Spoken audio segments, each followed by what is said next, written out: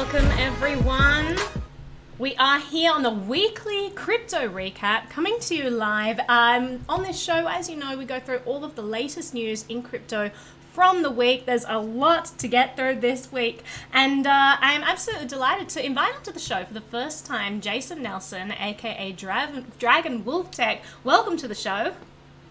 Hi Naomi, thanks for having me. It's always a pleasure. As I always say, you have the best memes on crypto Twitter. So if you guys aren't following him on Instagram, make sure that you are. And welcome back to the show, Zaphoid, aka Chris Carabats of Smart Cash. Always happy to be here. It's the highlight of my week. Highlight of my week, because I get to chat to wonderful people in the chat here and on the show and talk about crypto things, and that's kind of how I live my life. So let's get straight into it. To start off with, so I just put a tweet out on Twitter right now, and it was talking about some potential scary things coming up in the future. Now, I don't know if any of you guys have seen my interview with Robert Murphy. He does the wonderful Contra Krugman podcast with Tom Woods. If you guys don't know that, then check it out. But he came on my show not too long ago. We were talking about the potential recession coming in the US economy and potentially the global economy, and how the inversion of the yield curves is sort of this sign of an inevitable recession. Now, we were looking at the curves and looking at them getting closer and closer together, and when we say that, we're talking about the gap between 3-month and 10-year US yields. So that actually happened today. They actually inverted for the first time since 2007, and Robert Murphy was saying, like, apparently this is a very well-known sign that bad things are going to happen in the economy, because this has just kind of been this very consistent sign in the past. So what are your thoughts about that, guys? It's a little bit terrifying. The yield curve has been a reliable pre-recession indicator for the last 50-ish years. I think the last time it didn't indicate a recession was 1966, and that recession didn't come until 1969. So it's one of those things that, it's not necessarily causing a recession, just an indicator that shows that people have more demand for long-term treasury bonds, thus driving the percentage yield of those bonds down, because the treasury doesn't have to pay as high of a rate to get people to buy them. That's why the 10-year rate goes down, because more people want to buy them. Unlike everything else you buy where more people want to buy and the price goes up, it's you have to think about it a little bit backwards because of what it actually is. Now, what we have today is the 10-year fell below both the 1-year and the 3-month. And it has since come back up some. So right now, the 3-month is at 2.44%, the 12-month is at 2.45%, and the 10-year is at 2.45%. So we still have the 2-year and the 5-year that's below anything below it, but the 10-year has uninverted. So we didn't close trading inverted. Whether or not that matters in this great game we play of looking at indicators, I don't know. But it's not a great sign of the strength of the market. It isn't indeed. And in my video, so I titled the video that we did, a US market crash is coming, but crypto might save us. Now, this is sort of, this is a tricky area as well. So we're looking at the US economy, we're looking at all the things that might crash. You've got stocks, you've got houses, you've got, US dollar. All of these things are not, they're not sure things, right? And these are definitely things that fluctuate during difficult times and recessions. And a lot of people say, well, crypto, that'll save us. Like, it is interesting because this will be the first recession that we have. If it comes, it's not for sure, but it seems pretty likely that something like that's on the horizon, especially because interest rates have been held so low for so long. But if this comes, it'll be the first one we've had since we've had cryptocurrency. So that's going to be very interesting. And it's not necessarily going to save us though, because once, if your stocks are going down or if your US dollar is going down, you're gonna want to take your money out of the most liquid assets, right? You're gonna want to take probably your money out of crypto, which is probably going to tank crypto as well. Now, the difference is that at the end of the day, what are we going to have more faith in? Are we going to have more faith in a cryptocurrency that is controlled by mathematics and isn't at the whim of the Federal Reserve that could do, all a whole bunch more TARP bailouts like they did last time. And we're already, how many trillions of dollars in debt? 22 or something like that. And we're going to have all of the, I presume, massive bailouts again, because these banks are probably not going to withstand another recession. I mean, it doesn't seem like they changed many of their policies that led to them getting bailed out last time. So, it's not. I mean, we don't really know what's going to happen. It's going to be interesting, and I don't really know what advice to give people. I'm horribly bad at scheduling these things. I thought for sure we'd have one in 2015, 2016. I'm just bad at this, Instead, we had a giant bull run in crypto. Yes. And I don't know how that affected the macro things. It's interesting how all these little things affect one another. As you said, before the 2008 recession, gold tanked like 20%, then recovered a lot more and then came back down again. So I would fully expect the same thing to happen in the crypto line if we were to get a recession. That being said, a lot of macro stuff is different. I mean, right now we have the Fed that instead of saying we were a completely strong economy, they were going to raise rates. They said there'll be no more rate hikes in 2019 and there might be one in 2020, which is incredibly bearish. Plenty of people are saying that the S&P is in a bear market right now. We have the ECB that just announced they're going to continue quantitative easing. And back to the US, we have the Treasury that stopped shrinking its order books. And right now, the Treasury still has something like $5 trillion worth of assets on its books, up from under $1 trillion before the last recession. And it's losing money on these assets now. So overall, we'll see the US go into negative interest rate land if we have another recession, which will bring all sorts of interesting things. And that would in turn be good for crypto, I would think, because why keep your money in a bank account if they're just going to take money from you to do it? That's a really great point, and people are learning that more and more. I think that fractional reserve banking, it's becoming a thing that people are more cognizant of, although there needs to be a whole lot more education there so that people realize, banks don't necessarily have your money. You can't necessarily get it out of there when you need it. So I'm very interested to see how cryptocurrency affects this upcoming potential turmoil that we're going to see in the economy. The only thing that my concern is when people, right now, you're seeing a lot of companies rolling out stablecoins, and these stablecoins are tied to the US dollar. So what people need to understand is that if the economy tanks, those cryptocurrencies that are tied to fiat are going to go with it. So you have people who are going to jump into crypto thinking it's better than being in fiat, when they're going to probably jump into JP Morgan coin, and the economy is going to tank and their crypto is going to go to whatever the rate ends up being. And then they're going to get mad at crypto. Why is anyone going to jump into JP Morgan coin? Because it's like, hey, the banks don't have your money. You can't trust them with US dollars. Oh, but I'm going to trust them with my cryptocurrency. We do have to remember that people jump into what they know.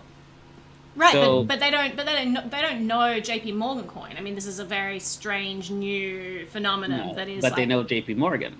Right, the JP Morgan that just lost all their money when there was a bank run and they didn't have it there. In that's my point. Is they're gonna go. JP Morgan are one of these banks.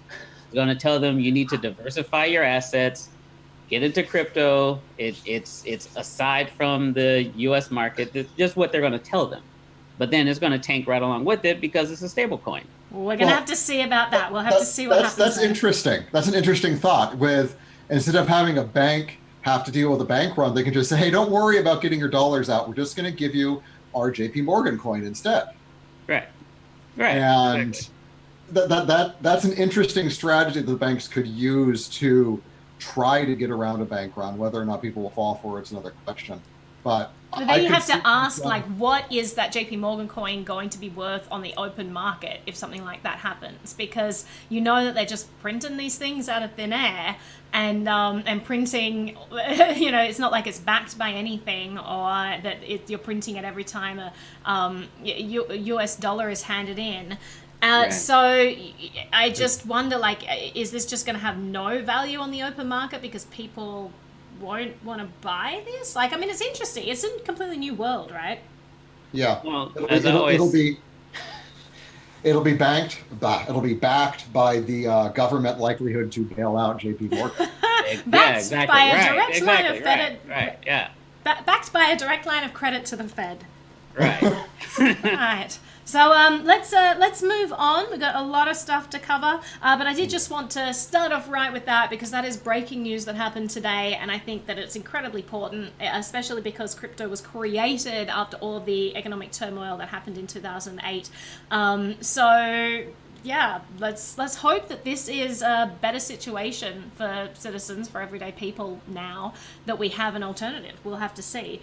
So now we get into all the rest of our news, I want to give a shout out to Crypto Insider. So I announced on the shows last week, the week before, I now started a partnership with Crypto Insider and getting a lot of our news from the Crypto Insider page. If you want to know what's going on in cryptocurrency and the blockchain space, and they are a wonderful go-to source for all of your crypto news. So delighted to partner with them for a weekly news show. It's like a perfect fit. So huge thank you to them for being part of this. And I'll be posting all of the links that we source from them in the information below in the video after we're done. So you can check out those if you want to read more about anything. So now let's go to Jack Dorsey. We've been talking about him a lot recently. He's kind of been making waves in crypto, and he's it's kind of interesting, right? So his latest thing, and I have to give a hat tip to him because it's very smart of him to do this. He put out this tweet.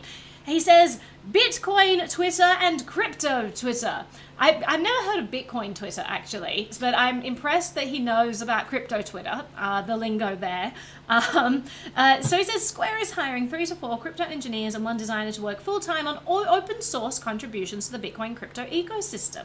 Work from anywhere, report directly to me, and we can even pay you in Bitcoin. Introducing SQ Crypto. Why? Last week, I was considering my Hack Week project and asked Brock M what is the most impactful thing we could do for the Bitcoin community. His answer was simple: pay people to make the broader crypto ecosystem better. This resonated with me immediately, and so we're doing it. So I like that. It seems very benevolent and altruistic, but it's very much in his best interest to do this because crypto is going to become a part of all of the major social media platforms. Crypto is going to be a part of all of our lives. All of the big players, if they're smart, they're going to be contributing to a lot of these open source projects. The same way that a lot of things in traditional computing are open source, and you have IBM that is contributing developers who are contributing to the space. You have Apple who's doing the same thing. You have Microsoft. You have all of these, Amazon. You have all of these people who contribute because basically you don't want one single company contributing to some of these open source projects because then the projects can kind of get co-opted. They can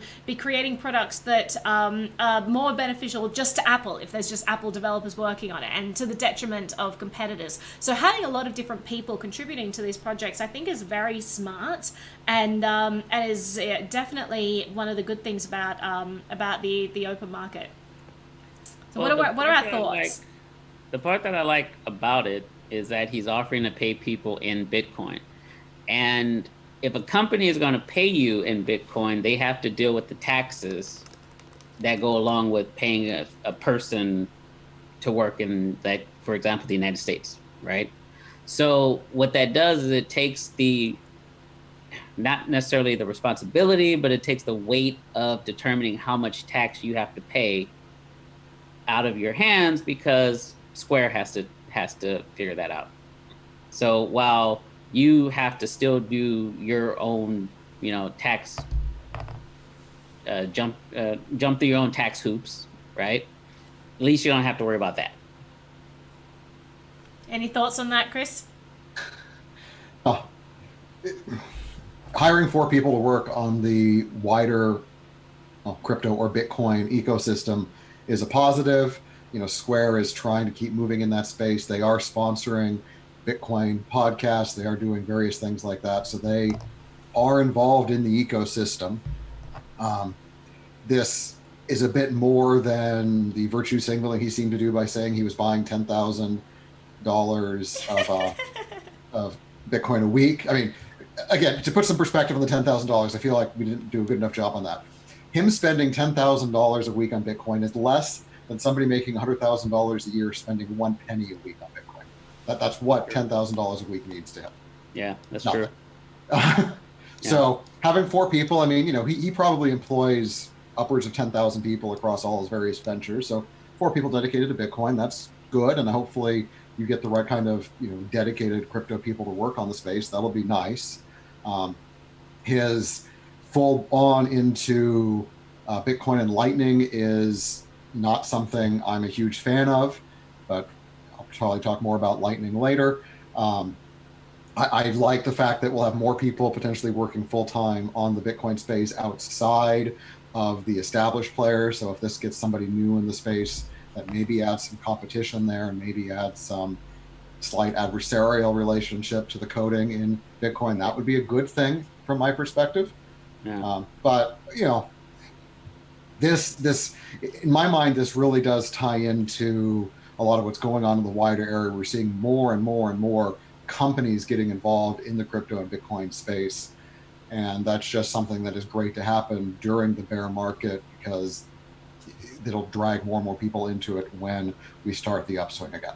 Right. Well, you also have to consider that something that might help to the mass adoption that we're all hoping for is if jobs are created that people can do that are in the crypto ecosystem, right? Because you want people to not think of it as this abstract thing that only lives on the internet. If it's going to be mass adoption, people have to be able to view it as something similar to what they deal with on a daily basis. Yep, exactly. Absolutely. That's why I'm in the space, is real world usage adoption, usage as a medium of exchange, creating full ecosystems so people can buy stuff at retailers, so retailers can buy stuff from their wholesalers, and so they can pay their employees all in crypto to create a full ecosystem. This is part of that full ecosystem and an important step. I agree.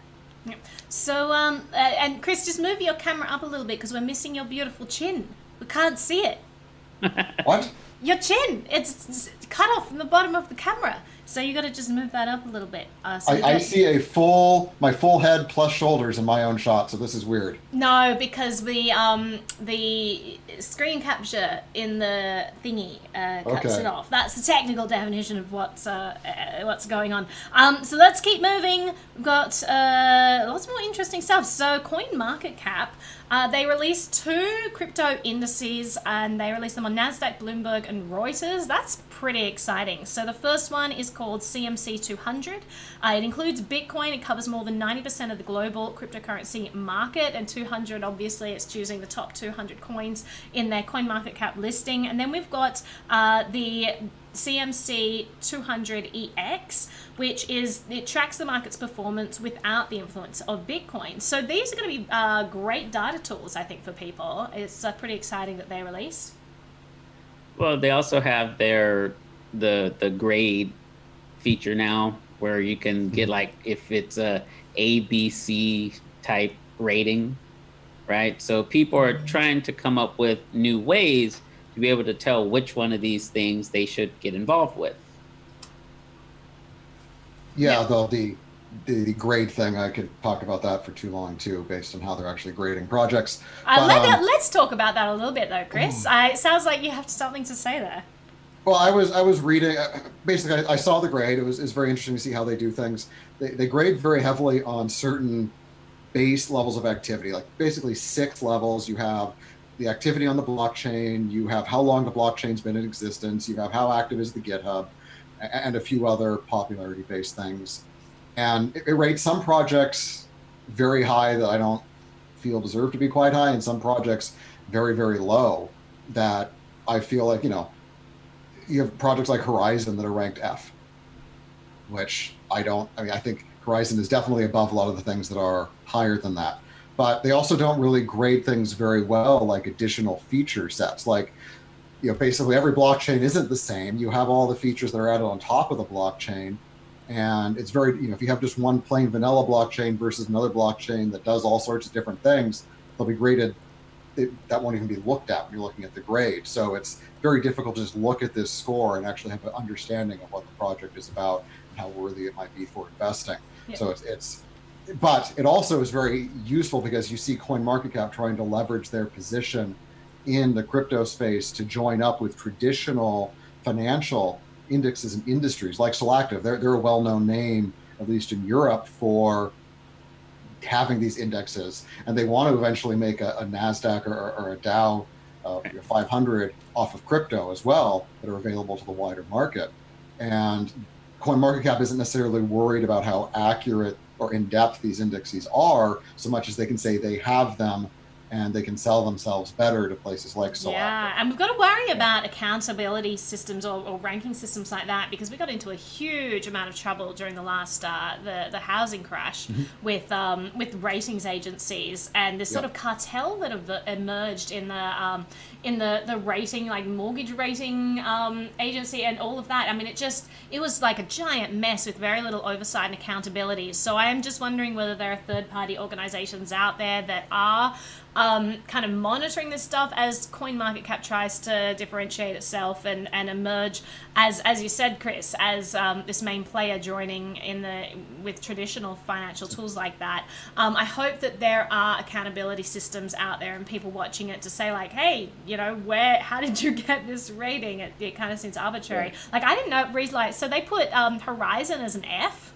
Yep, and Smart Cash too, for that matter. Really? We're 1 point away from a C. Yeah. Wow. I dug into it a bunch last year. I'm trying to talk to them. They haven't gotten back to me on. Well, I hope they do. That's kind of disappointing that they're looking at good projects and kind of overlooking them, I should say.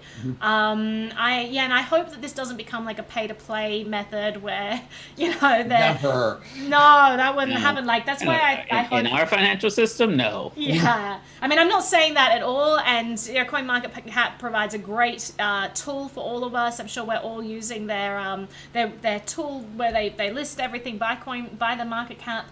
But I just hope, I know that these things can be a slippery slope, so I just hope that there are accountability systems out there to get rid of temptation in that area and just to provide peace of mind with people who are perhaps using this grading system. Right now, we seem to be one level away from that. We're developing this ecosystem and we're developing these rating indices, but we don't have any accountability organizations underneath them. So it really is kind of still a crapshoot as to how valuable any of these individual rating systems are and how they're really judging. I mean, you get a bunch of people just looking at crypto Twitter and figuring out how many times it's mentioned and using some analytics to decide whether that tweet was positive or negative. What does that even mean, about how valuable a project is?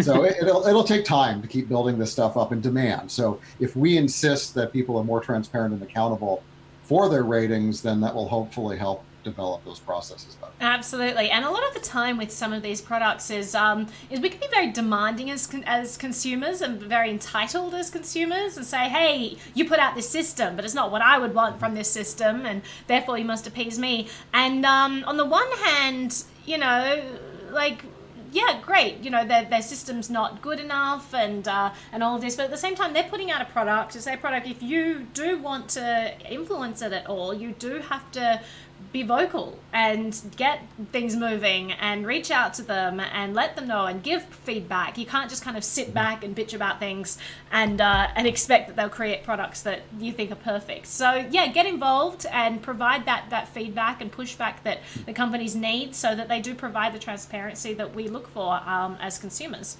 Right. So let's move on. I want to talk about, this is a really interesting thing. So North Korean revolutionaries turned to crypto to oust Kim Jong-un.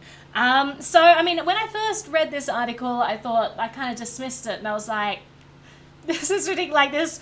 People are doing this ICO and they're going to save North Korea. But you kind of look into it a little bit more. So basically they're selling visas for cryptocurrency for Ethereum, I believe it is.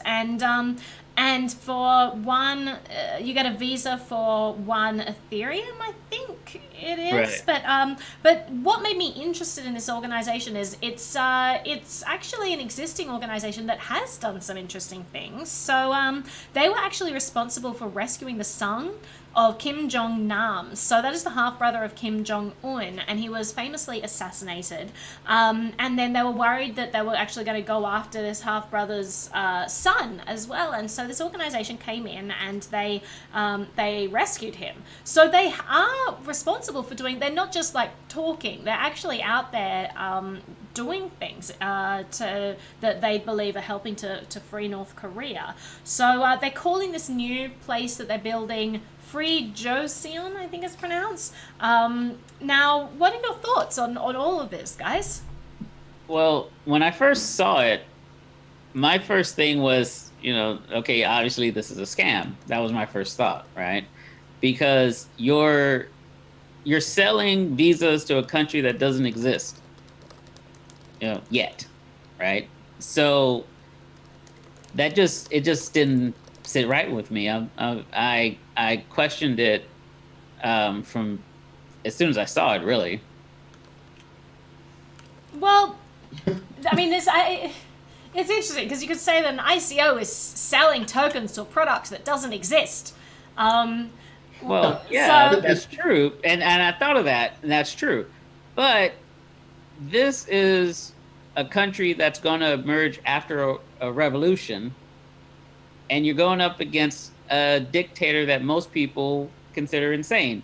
So, the likelihood that this is going to end the way you want it to is pretty slim.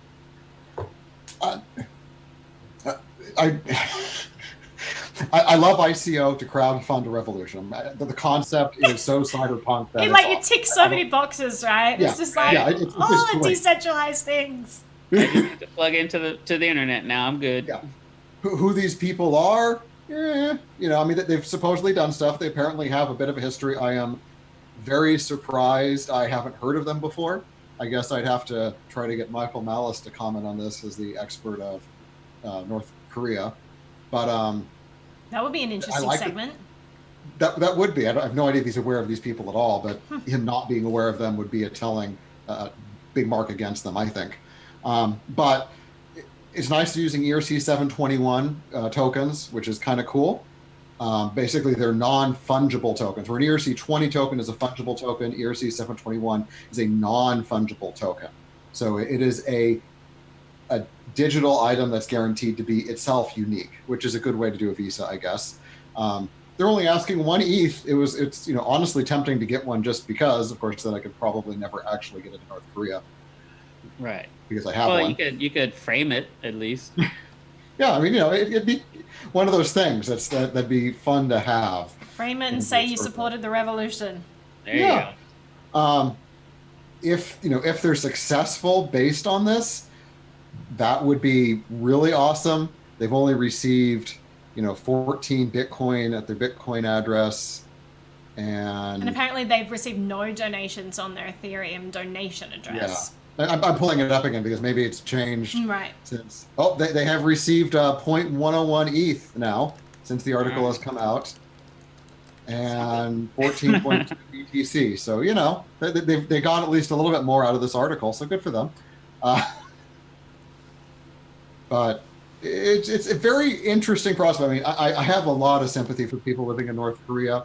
This is the closest thing to hell on earth that we have on Earth right now. It is amazingly sad how the people there are treated and how they're brainwashed and how ignorant they are about the rest of the world. And it's very hard for them. That's why, whatever you may think about Trump in general, the fact that he is at least somewhat seems to have enabled North and South Korea to talk. They have started bringing up landmines from the demilitarized zone, which was the most militarized place on Earth for the last however many years. Right. So that's good too. Anytime you're digging up landmines between two countries, I think is a positive thing. Overall, it's interesting. I just have no clue about this particular rebel group and how likely. We've seen cases of people using crypto to, get around, I don't know, sanctions, embargoes, whatever. Like Venezuela, for example, people are receiving crypto as opposed to the bolivar, right? So, the idea of sending cryptocurrency to a country that's,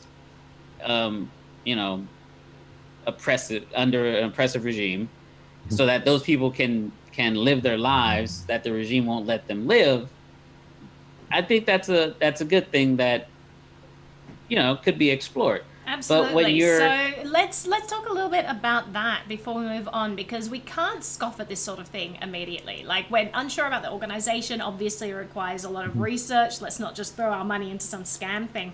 But we can't scoff at the idea of cryptocurrency and these new tools at our disposal being used to free people from oppressive regimes. Right. That's exactly what this is for, So when we see someone doing this in practice, let's embrace it. Let's look into it and see if there's some way we can support this kind of thing. Right. But yeah, absolutely. I do have to always grain of salt anything that says we're going to go up against somebody, because you can get a lot of money by cashing Bitcoin into fiat, but not enough to buy tanks and things like that unless you just happen to have that much. And so using it to support to support people who aren't able to take care of themselves is one thing. Using it to fund a revolution, that's a next level right there. Yeah, so we'll have to see what happens, but I'll definitely look into more of this and keep you guys posted, and perhaps get Michael Malice on the show. On the one final comment, at least it's better than for the last couple of years where you see endless articles about North Korea mining Bitcoin to get around sanctions. That's in the government itself. So it's better. And I don't know if you noticed in that article at the bottom, someone said that it's a Kim Jong-un trick to get money out of people to fund his missile program. Somebody put that in the comments. Oh dear. That's the problem. We got to figure that out. Right. So let's move on.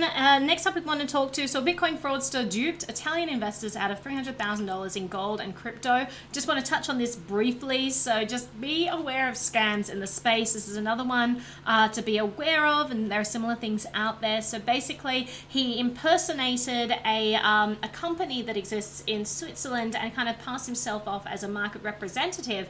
And this company is like a reputable crypto investment firm. So he was trying to get people to send him details and money and gold and all of these things, and it turned out that he was a fraudster. The actual company that is the real company found out and got some law enforcement involved to track him down, and they eventually caught him. So what are your thoughts on this?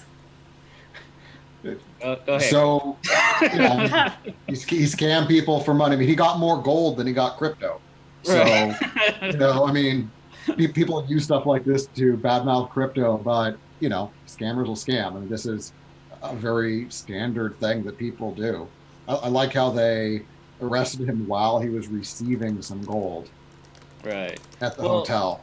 My thing is, okay, people need to do their own research, and it's not just crypto that you need to do your research on. It's also the people telling you to invest in it. Okay, you have to. What you had here was ignorance and FOMO mixed together, right? Because you have a person who is basically saying, I can do this for you, I can do that for you, but you weren't checking on who this person was. Now, in their defense, he did use stolen information from a company that, if you do it right, would make you look semi-legit. But you still have to do your own research and your own due diligence to make sure that you check on the people who are telling you they're going to handle your money. It is a difficult situation because scam artists make a living by looking legit. That's what they do for a living. They look legit. So it is very difficult to discern bad players from good players sometimes. And sometimes you do need other opinions from people that you trust. Sometimes the people you trust may not even be legit people. So it's a very difficult field to navigate, and just be real careful is the moral of that story. I mean, in fairness, Bernie Madoff fooled how many people? Yeah. So, come on. Right? No, but we had all that regulation from the government protecting us from Bernie. Yes. Thank you, government. Yeah. You are one more law will protect us all. The other aside from this article that I thought was interesting is that Italy itself is the only Eurozone country to be currently in recession zone. Right, I saw that. Yeah. They are the first of the European, I say first as if it's inevitable to happen to all the rest, which I think it is. Yeah. But they are the first of the And European maybe the countries. US first. Who knows? But the Italy is the first to be in a recession. So, they're claiming that people there are more potentially vulnerable to this or more likely to try to pull scams. I don't care about that. But it's just the first of these nations to start getting really into the danger zone, despite what the ECB is trying to do with continued low interest rates and quantitative easing. So it's going to be interesting. Indeed. Let's move on. So you had some big movements in crypto recently. We did see BTC pass the 4,000 mark this week, which was interesting. And then Bitcoin and Ethereum whales apparently moved $103 million in crypto this week. So tell me a little bit about that, Chris.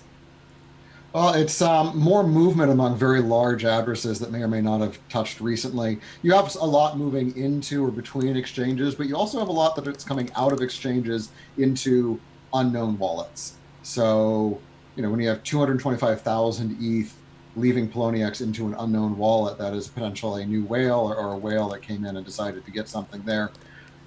It just, from my perspective, it shows that we are increasing interest, we're increasing volume. We talked briefly about volume last week, and that those high volume levels have continued, though unfortunately I just saw a news article come across my desk where what was that? One of the companies told the SEC that 95% of crypto volume is fake, so whatever that means, if we can believe them. But our volume overall is back to where it was during the height of the bull market in December and January. And considering the prices are far lower now, that means that a lot more volume of the individual coins is being traded than was being traded then. So we have a lot more activity. A lot of people are looking at these indicators and saying we're at a bottom based on these movements, based on the increased volume. Am I going to guarantee we're at the bottom? No, I am relatively optimistic based on these indicators. I'd be more optimistic if we were above 4,000 at this instant, but we're not. And it's just very interesting with the whale movement of coins, because there's a lot of money we're talking about from at least my perspective. Yeah, my only thing I want to add to that is, if you notice, they're only moving Bitcoin and Ethereum. You don't see any of the other named cryptocurrencies really being bought, even though people on crypto Twitter are telling you it's alt season. Ethereum, Yeah, I guess I'd have to. I haven't done that math in head yet. The Bitcoin dominance has continued to fall slightly. We're at 50.7% now. So we're edging up to that 50% dominance. Of course, you keep in mind that at the height of alt season, we were at, if I want to say, 33% dominance or something like that. So we have a long way to go until we get there. Right. But overall, it just seems to be a lot more activity going on. We've talked briefly about all these other companies moving into the crypto space, and the overall sentiment appears to be positive. What that means, who knows? Maybe the whales will come along and give us a good kick in the pants, and we'll find a new low again, because we can never really determine this, guarantee this. But the sentiment seems to be turning.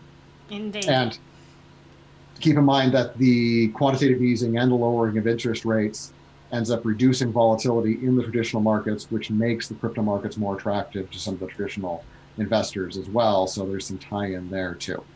Right. Right. Let's move on. So IBM signed 6 banks to issue stablecoins and use Stellar's XLM cryptocurrency. So we've got a lot of competing large players now in this ecosystem, and they're using a bunch of different protocols, and it's nice to see competition there. What are your thoughts on this? Well, I mean, for me, it kind of goes back to the whole question of stable coins versus Bitcoin, and the I don't know if you want to say regular cryptocurrencies, right? Because it's good for business.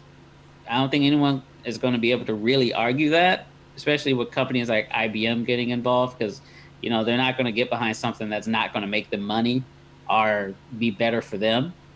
But the overall space, I don't know how much that's going to do for the average user, because it's stablecoins, right? And even though stablecoins are popular, they're not so popular that a lot of people are holding them. And we look at news like this and we think that's going to drive up the price. It's not about holding stable. I mean, the use case for stablecoins is that it's a hedge against the volatility of the traditional markets. If it's backed, or if it's pegged to fiat, and you trust that the stablecoin is going to work, then it's a way to hedge against the Bitcoin price moving up by $1,000 in a day, or moving down, I should say. If you want you don't want to hedge against it moving up, you're right. Well, I mean, and that's the thing, is that the hedging part is it. I remember I had seen it once where they said stable coins are like going to the pool and only putting your feet in the water. You got wet, but you didn't swim. Well, I mean, I know that when stablecoins first emerged and people really looked down on them and they were like, it's not a real cryptocurrency. And you could say, sure, it's not a real cryptocurrency in a way, if you look at it in a certain way, but this has provided a real use case for people. This has actually been an interesting tool. And Zaphoid, you brought up last week, you said that when Tether first came about in 2016, was it 2017? People thought that stablecoins would be particularly useful because it's a way to go in and out of fiat, kind of, without actually entering back into the traditional financial system, because I thought it would be a way around paying capital gains tax. It would only be a taxable event if you went in and out of fiat, and that actually wasn't the case. We found out that as soon as you traded your Bitcoin into any other currency, it was a taxable event. So that use case kind of disappeared for people, but at the same time, it still has tremendous use case for people, because you save on the fees and the friction that come with going in and out of traditional finance. Well, it's there's a big, not just fees, but also ease. I can't go to most of these exchanges and actually get real USD, but I can go to USDT and just sit there for a bit. So it really helps the day traders, sit in a more or less stable asset overnight when they're not trading. Right. And it helps continue that stability. The biggest thing about this article that I liked initially was simple, like, yay, it's not Ripple, because Ripple. Oh, we're not even going to talk about the article that came out last week about how all of the Ripple army is bots, but that's okay. You're going to get some mean messages on Twitter. It's XRP. Oh no! Mean messages on Twitter? I'll brace for impact. Oh my gosh, that's never happened to me before. Oh yeah. But this is Ripple's. This is Stellar Lumen's purpose in being an intermediary, and that's what they're building it for. That's what they're trying to do. A couple things that stuck out to me about this article was that they can't do anything in the U.S. yet because they don't have approval from U.S. regulators. It's just one other way that the United States is falling behind in this game because of our regulatory burden. I mean, even Europe, as much as people talk bad about the Eurozone, it's easier for people to exchange for crypto in Europe than it is in the U.S. And it's a pain. It's just frustrating as somebody who happens to live in the United States that it is so hard for me to live on crypto because we're strangled by the regulation. Right. So I like that banks are doing this more, as much as I like banks anyway, because inevitable this will happen. I like that companies are working with this more. These stable coins, banks, when they're doing transfers between banks, they don't want to deal with the volatility of crypto. They want a stable coin, so it's obvious that they're going to use a stable coin for interbank transfers. They're really just trying to save on the overhead of international wires that can touch a half dozen banks in the process of moving between here and there, have potential for issues at any one of those steps, cost a bunch of money, and take a week. Right. So this is something that is supposed to grease the chain of international business and international supply chains. Yeah. So let's this is their purpose. Yeah. And so it's interesting. We'll keep an eye on it. I'm sure none of us are that excited about this stuff, but it is interesting, as I said, to see that competition out there as well. And we'll see. I mean, all of these going to survive? Is just a couple of players going to survive? We're going to have to see what evolves in this ecosystem. But let's move on. So Block CEO Jeff Garzik subpoenaed over Craig Wright's Satoshi claim. So apparently, when Satoshi was saying that. When Satoshi was saying, God, that was a terrible slip. Did not mean to say that. When Craig Wright, when fake Toshi, thank you. When Craig Wright claimed his Satoshi Nakamoto, he claimed that he created it with the late Dave Kleiman. And so apparently now Kleiman's brother is suing Craig Wright for billions of dollars worth of cryptocurrency, worth of Bitcoin, and but also suing him over IP infringement. It's like this strange thing that's going on. Have you guys looked into this at all? Well, I saw the IP infringement, but okay, so is he saying that Satoshi Nakamoto is the IP, or is Bitcoin the IP? I mean, what is he? I get that he's suing for intellectual property, but what? I mean, it says it's associated with the Bitcoin technology, but is it like the name, or is it the code? That's where I presume it would be the technology, the same way that Craig Wright has threatened lawsuits against anyone who infringes on his IP. Well, isn't that how he got banned from Twitter? Is it? Well, he started saying, apparently he was saying on Twitter terms of, I could sue if you do something. It's nuts. But he got banned from Twitter about a week ago, sometime earlier this week. Well, he blocked me a long time ago, so I can't keep up with that man anymore. It's such a shame. But yeah, I mean, so this is going on. It's all just part of the ongoing Craig saga. I don't want to spend too much time on it. Muted. Yeah. But at any rate, so there were the Craig bots that were repeating everything he said. He was throwing a huge hissy fit over that. All of his tweets were copyrighted. You can't reproduce them to show blocked people what I'm saying. Right, and that's it. He rage deleted his account, and his new account is blocked. Right. Last night. Huh. Yeah, that's it. Because Craig's hilarious in that sort of way. Well, at least he's entertaining. You know, he may be a destructive force for the ecosystem, but he's very entertaining, so we can give him that. Don't want to give him too much time on the show. Let's keep going. Got a bunch of stuff to cover still. Binance now lets Australians buy Bitcoin with cash at over 1,300 stores. They've partnered with, and it's through Binance Lite Australia, which is one of their divisions in Australia. And the way that Binance is kind of becoming this decentralized entity, they're in a bunch of different countries now. So in Australia, Binance Lite Australia, they've partnered with a bunch of news agencies across the country. People can pay cash for Bitcoin. So that's kind of interesting. There's a 5% fee attached with it, and if people just want the ease of going into a news agency buying crypto, that's a way that they can get involved in the space. There's still an account verification process, so they're still complying with Australia's AML KYC laws. Oh yeah, well obviously, I mean, there's no way Australia would let anyone go buy that with all the shit that they're doing right now. It's just insane. Like I absolutely do not presume that because you're paying cash that's of any benefit to you whatsoever. I mean, it's just an easy onboarding ramp if you want to do it in person. Right. Yeah, and there's been a few other countries that have done similar things. Like there's France at tobacco retailers for whatever reason. Right. You can do it with smart cash in various banks in Brazil. There's this ease of access is important. And like I talked about earlier, I think this will be more important when we get to the next bull run of making it easier for people to get on board with crypto.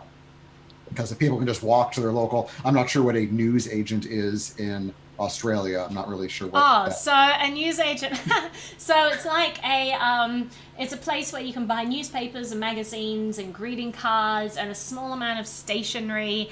And sometimes you have like the Australian Postal Service. They'll have outlets kind of tied to certain news agency outlets. You can buy lotto tickets at the news agency and buy scratchies. Do you guys know is a scratchie? So it's like a drugstore. Scratch is like a little, like a drugstore is more like a chemist. No, so no. it's like a see, cross between like no, a it's 7-Eleven, a UPS store, and a Hallmark there you store. go. Yeah, so but there's no groceries in there. There's no perishable Yeah. goods. There's no like cleaning products. It's not that type of thing. It's really just for news and stationery stuff and postal stuff. So a little bit of a limited scope there. And Lotto was like a big thing. Yeah. I have no idea. That was the first thing that came to mind when I'm reading like this. What is a news agent? Because there's That's nothing so really like that. funny. Well, because like here. when I first saw it, I thought, okay, so I'm gonna go into the CNN office. I mean, like, what's that? Oh no! Oh, you guys are adorable. I'm glad that I'm here to translate these things for all of you. It's yeah, I didn't think that would be a translation issue. And yeah, no, it's not a drugstore. So drugstore, and if you're Australian watching this, we're not talking about like marijuana or heroin or anything. A drugstore in America is like a place where you can kind of buy a small amount of groceries and get pharmaceuticals, and it's kind of like a chemist, but with like they've got increased functionality. You can buy more things at them. So a chemist with is a freezer section. yeah.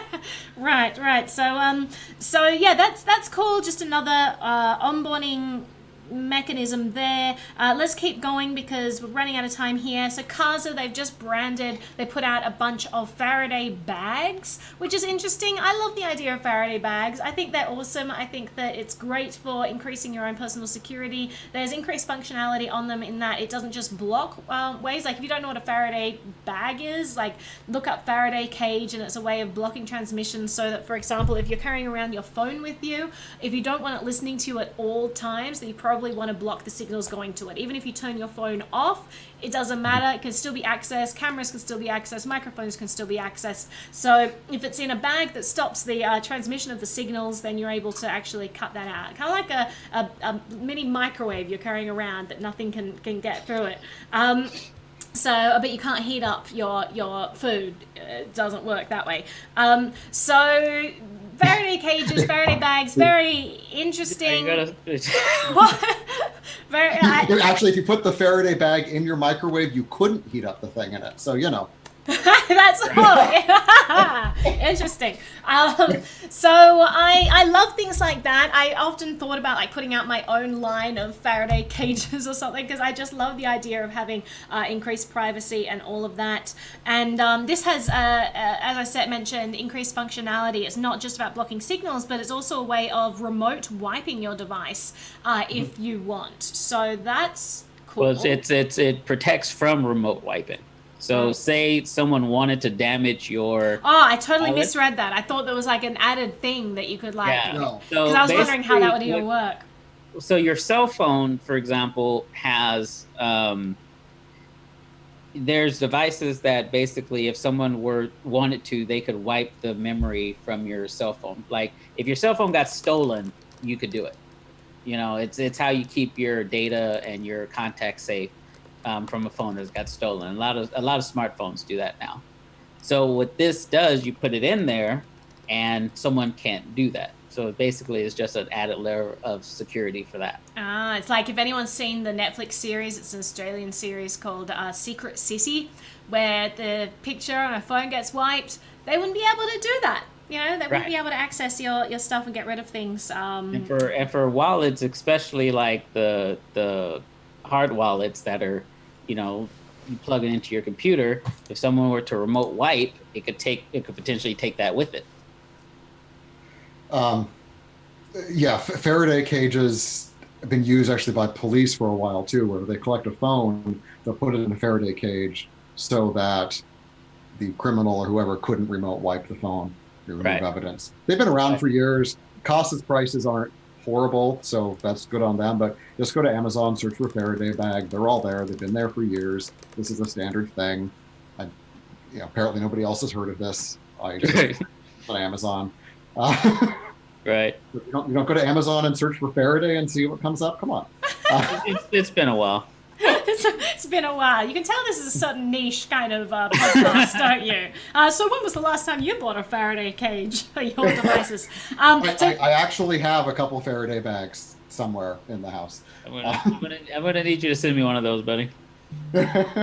but they're cheap, 10, $20 for one that'll fit your cell phone in it. They even sell some that actually has a touch, capacitive inside it, so you can actually see through it and touch it, and it's still Faraday. Again, for use with phones, you can interact with your phone without taking it out of the bag. So I want to mention, someone in the comments said that if your device can still hear you, it can still sync when it reconnects to the network, and Google catches data. So that's good to keep in mind. Yeah, that's true. Google and Apple cache data. Last I checked, Google sends far more up into the cloud than Apple does, at least bandwidth-wise. But at the same time, that just could be because Google does it more often, or they're collect slightly more, or they're less efficient. I don't know. So we need a soundproof Faraday cage. Yeah, just right. Stick it under the pillow after you shut it. Your phone has what, two mics on it, one for actual calls and one to just listen for what's around it. So yeah. So as an aside, I got a couple messages from people trying to power chat and it not working right now. So no! I don't know how many power chats you're missing, but some aren't showing up. Sorry. Yeah, so just an update on that, just so you know. So bugs will be fixed. There are a few that are built up, but development on that is on pause for a second. As people know, there are some things that we're dealing with at the moment outside of the crypto world, such as my house being destroyed, that have kind of taken up a lot of time. But as of this weekend, a lot of that will go through. But in the meantime, just try the recover coins function, and if it's stuck in the browser, then that should come straight back to your wallet. So and let me know if you have any issues. Pardon? So you won't get the power chats? If they recover the coins, they won't. I won't, but it's a way that they don't lose their money. So if they've sent it through and it's just stuck in the browser, then just press recover coins, and it's a very simple process. It takes 2 seconds to do that. Okay.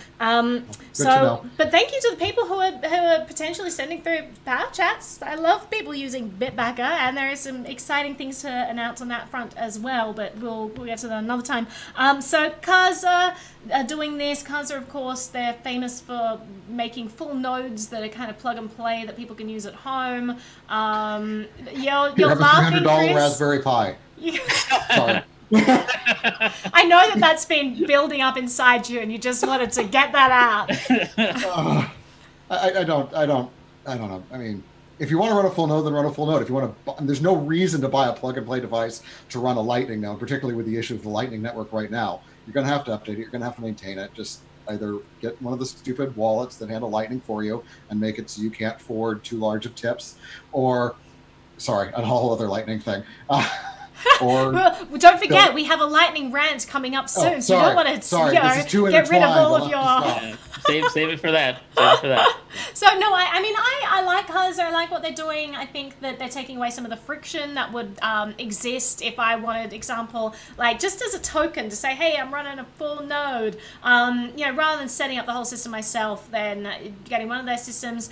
Some people have had issues, like apparently it requires a lot of customer support to get going. But I do like the purpose of a plug and play device for this purpose. All right, Mr. Rant. I do appreciate the ethos of what they're doing, and I think that once they can iron out the kinks, it'll be a good system. So we'll just have to keep an eye on there. It's not there yet, but I do like where they're headed there. So there, another cool privacy product they've put out.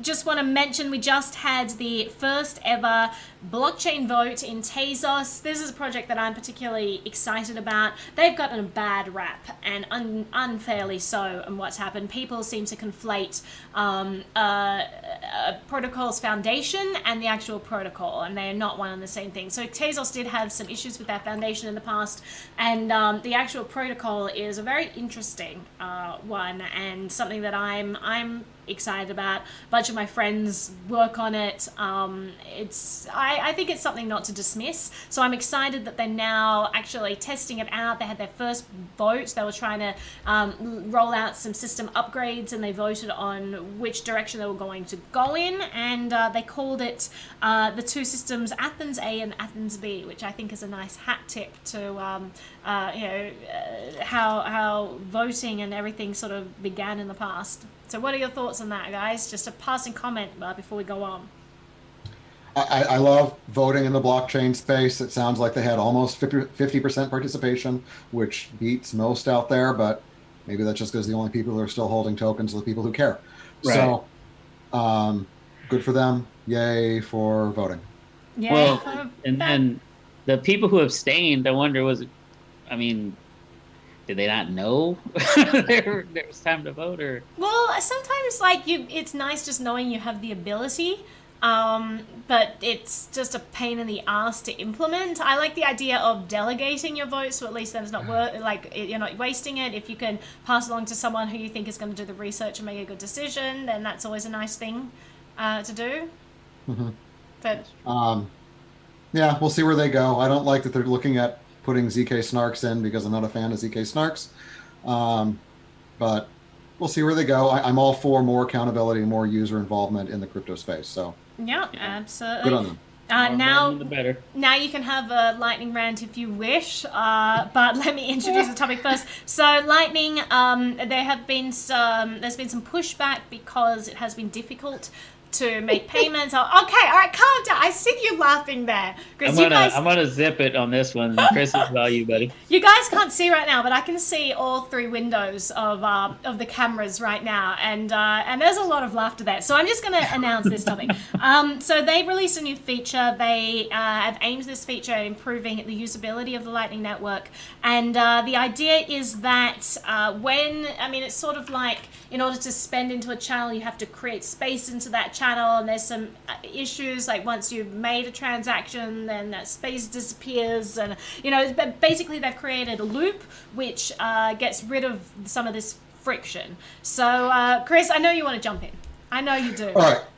The friction is a very gentle way of putting the issues you might have. Now, keep in mind that the original Lightning torch stopped working because there wasn't enough liquidity to actually keep sending it. That's why they created a second tiny torch or whatever that was they were calling it. But I'm just going to read to you something we kind of mentioned last week, but it's good when talking about the issues they're trying to fix. There's 6 potential reasons from a Lightning developer of why your transaction is not routing, rather why your node is not routing, because you can't send a transaction unless you have a node. 1, you don't have inbound liquidity. What does that mean? It means you can't send it if you don't have enough in there. Fine.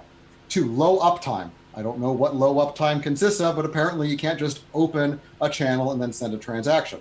3, capital is committed to competitive destinations, meaning the capital on your route is going to too many different places. So not your fault, but your routing fault. 4, capital is committed to destinations no one wants to send to. So you better hope whoever you're paying is popular enough to get paid. 5, the fees are too high. Wasn't this supposed to solve the fees problem? 6, your inbound liquidity doesn't have good inbound liquidity itself. I don't know what the hell that means. For context though, inbound liquidity means you can't receive more than you've put into the channel. So an example that was used later of if you're opening a Lightning concert, you want to sell 1,000 tickets at 1 Bitcoin each, you better have 1,000 Bitcoin worth of liquidity already. So if you don't already have 1,000 Bitcoin, you can't get 1,000 Bitcoin on the Lightning Network. So, okay, can you imagine like starting Bitcoin with those restrictions 10 years ago? I mean, nobody, or even a new cryptocurrency with those restrictions for sending, nobody would use it. So this loop thing here is supposed to fix one of the weaknesses where, so you have a channel, somebody has sent you a payment, you can't get the payment because you don't have enough inbound liquidity. In the past, you had to close the channel, which is a Bitcoin transaction, and then reopen the channel with enough liquidity, which is another Bitcoin transaction. And that's, huge overhead. So this is sort of a basic, like, oh, I already have a channel. I don't have enough funds in the channel, so I can put more into it, which is sort of one of those basic functionality things that I think is necessary if Lightning is ever going to get anywhere. It's just sort of silly that it's trying to get around really stupid restrictions. The other thing I loved about the quote here was it said, Lightning channels are like tubes of money. And I couldn't help but think of good old Senator Ted Stevens a decade or so ago calling the internet a series of tubes. Because I remember that. Okay. So I just, on the back end of that giant rant, that was quite epic. Chris. So there are issues there. I just want to reiterate that I hope that Lightning works. So at the moment there's some friction, there's some issues there. I am hopeful, and if it works, it's going to be great. But it's new, and they're still working through a lot of this stuff. So the idea with Lightning Loop is that inbound capacity can be withdrawn so that users can keep using the same payment channel to receive Bitcoin. So you can move funds out kind of like into a wallet, and you can move it out in terms of like cold storage or fiat or via an exchange, but emptying that channel allows you to receive more payments. So that's the idea with this new thing. I think I'm going to be doing an episode just on Lightning, kind of going into that, and we can look at some of the pros and cons. But I can see, Chris, you got a lot of cons there, which is, I mean, it's fair enough. There are a lot of issues at the moment, but I do hope that they get smoothed out, and I will just have to keep an eye on it to see how it all goes. I can see you shaking your head. Inbound liquidity requirements is the stupidest thing ever. Okay, but that's how it works, and maybe they'll figure it out, and maybe it'll work great for banks with a lot of money. It will work great for them. But we'll keep an eye on that, and maybe chat further about that in a later episode. Moving on, let's quickly talk about Mt. Gox before we head off. So we've been following this now. So the trustee has approved creditor claims worth billions of dollars. That's all going through. Some of my friends actually messaged me and said, "Oh, I got this message saying that I have money from Mt. Gox, and because I'm a creditor, I will be getting money soon." And so they're finally starting to move that. But there are huge issues with that, because since Mt. Gox crash, there have been a bunch of forks on Bitcoin. So how do they assess all of that stuff? How do they pay out different currencies now? It's a very convoluted process. It's not easy to sort all this stuff out. If you guys have any remarks, then go ahead. Otherwise, we'll move on to the last couple of things. Well, everybody's afraid that this will result in more Mt. Gox selling of either Bitcoin or the Bitcoin forks, and thus crash Bitcoin or the Bitcoin forks prices. Yeah. So the one thing that I do like about this is the fact that it's going through a legal process, because these people who open these exchanges need to understand that when you become a money transfer, when you go out of business or have some type of hack or something that loses people's funds, there are legal ramifications that you have to take into consideration before you get into that kind of business. Right. So let's move on. I want to mention we've got two things. There's just a quick headline. So BTCE, I did an episode on that, like a year and a half ago, I think now. This was an exchange I did an interview with Maxim Lott, and you guys can check that out, figuring out what's going on there, where they were shut down. The FBI came in and closed down that account, and then I think it's called WEX. They opened up in New Zealand and said, "Oh, we are the successor of BTCE, and we're the same thing, and all of this, and basically they were closed down because the American government, even though apparently the servers were in Russia, the American government said, "Oh, well, you guys are doing money laundering and stuff, and because we're America, we have the right to go into any country and dictate what people can do in that country." That's basically what happened. So now you have the alleged operator Alexander Vinnik, who is seeking extradition to Russia. I think he's currently in Greece. I'm not sure. But people were alleging that, he was arrested in Greece. I'm not quite sure where he is now. But yeah, he wants extradition to Russia, but the US government is saying that because they think that he operated this site, that he is complicit in all of this money laundering. Meanwhile, WEX has taken up the mantle. It seems that there's a lot of money laundering going on there, that says apparently they're saying, but this guy is claiming that he's innocent of all charges. He's gone on this 90-day hunger strike. really, I mean, it's not a good situation right there. And it bothers me, like, it just really bothers me that America is coming into another country and saying, oh, you're in Russia, that you're doing things that we don't like, and therefore we're going to arrest you. It's just a huge amount of overreach, regardless of who was using the site. I don't know. He claims, oh, I was just working there and doing my job.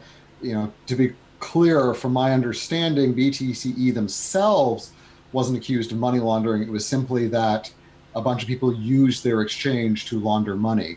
So is he guilty because his exchange was used to launder money? Right. I mean, it's all sorts of messed up.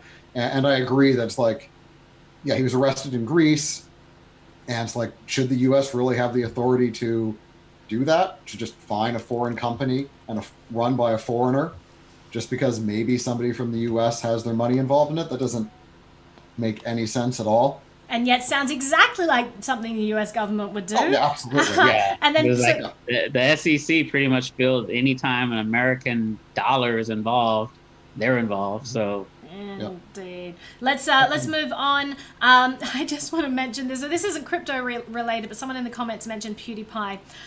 So I just want to mention that he has more malware out. Apparently, is this battle between PewDiePie and T-Series, which is like this Indian music label. And if anyone watches PewDiePie's videos, he's been doing all of these battles against T-Series for the most subscribed channel. But now there's this ransomware that was created as a joke, but actually has infected some computers where they lock all the files, they encrypt them, and unless PewDiePie gets above T-Series and subscribers, it like deletes the files if T-Series reaches 100 million first. And it's I mean, it's like, it's an ongoing thing, but I just wanted to mention that because I thought it was funny. But just to end today, so someone also mentioned in the comments that today is the 100th anniversary of Nation, State and Economy by Ludwig von Mises. So that is a nice way to end today's show. Just kind of give a hat tip to Mises.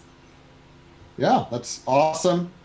The Mises, for those who don't know, not really the father of Austrian economics, but a lot of people refer to him as basically the person who wrote the most about it. There's a Mises Institute that's worthwhile doing some reading on. He wrote Human Action, which is kind of the seminal Austrian economic book. It's a bit harder to read through.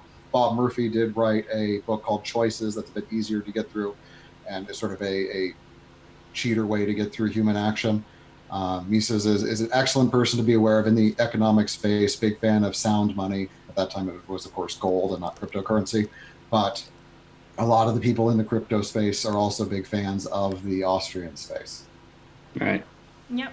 So, happy birthday to Nation, State and Economy. I have been thinking about doing an Austrian economics reading group. That kind of got pushed back for a little bit, but still interested in that. So maybe we'll start off with some Mises and get that going, because there's a lot to go through there, and I think it's very helpful for people to have an understanding of economics, to kind of understand what's going on in the world right now and why there are so many dodgy policies being enacted with terrible unintended consequences. So if you're interested in that, then let me know, and maybe I'll get that started, and we'll have like maybe a weekend afternoon reading session. We could live stream it for people who just want to watch, or we could have people on the call if you want to participate. So we'll do something fun like that. Sounds good. Cool. All right. Learning about Mises better. Absolutely. The more people, let's start a Mises club. And I always give a hat tip. So actually, Jason, you've got a little pin there. Can you hold up that pin? You got to say something so your camera comes up. Talk, Jason. Talk, Jason. While you're holding the pin up, talk. It's the Naomi Brockwell to the moon pin. Yeah. So the reason I'm getting him to hold up that is because that was actually designed for me. I made it for my my Patreon supporters back in the day, and it was like this limited edition thank you that I sent out to them for making these videos possible. And it was designed by the people at humanaction.io, which is an awesome merchandise store. They did it as a favor to me. And then I purchased a bunch of those to just send out to supporters. And yeah, check out their stuff because they have Mises pins. They have Rothbard pins that like look like the Godfather with like the there's a carnation in his pocket. You've got like the Godfather black sweater that's like, it's like a Rothbard Godfather image. It's so cool. They have Hayek pins. They have Thomas Sowell pins. Like they have so much cool stuff there. And so I just wanted to yeah, plug them. If you're interested in Mises, then they're a really fun merchandise source to get cool stuff from. And I actually have an interview with them coming out probably next week. So keep an eye out for that, and you can kind of see why they do what they do, what the philosophy is behind it all, and check out some of their latest cool stuff. So on that note, thank you everyone for being here, for checking in with the weekly crypto recap. It's always a delight having you here. We try to bring you all of the latest news, and we're super pumped to be in partnership with Crypto Insider, an awesome news outlet, for doing this series. So hats off to them, and head over to their website if you want to learn more about some of the things going on in the news in crypto at the moment. But huge thank you to everyone in the chat. You guys are awesome. I love all of you. And Jason and Chris, huge thank you to you guys for being here and sharing your wisdom. It's always a delight to chat with you both. Thank you for having me. Always a pleasure. Always great. All right, I will put links to your profiles and everything in the info as always, and you guys go and have a wonderful weekend. You too. Take care. Bye. Sayonara.